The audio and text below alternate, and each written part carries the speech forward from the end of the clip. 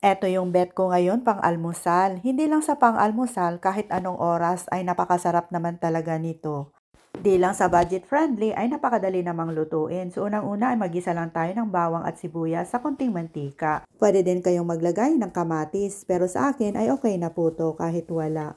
Dahil meron naman pong tomato sauce yung sardinas. So igigisa lang natin hanggat sa lumambot po itong ating mga spices. At unahin muna natin ilagay ang sardine sauce. Mamaya na po yung sardines.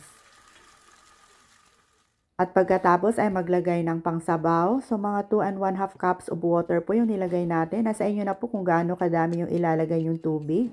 And then timplahan ng asin at paminta. Ayon sa inyong panlasa at kunting fish sauce.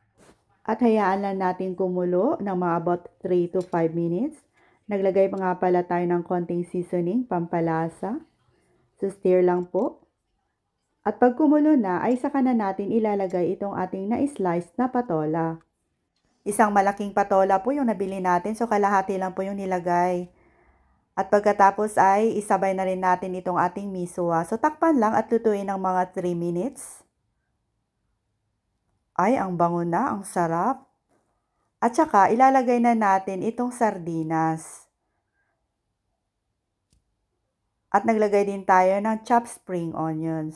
Masarap kasi pag nilagyan pa natin ng dahon ng sibuyas. So, lutuin lang natin ng mga about 30 seconds dahil luto naman po itong ating sardinas. At pag okay na, pwede na nating hanguin at ilipat dito sa ating serving bowl. So, tara, kain na po tayo. Maraming salamat!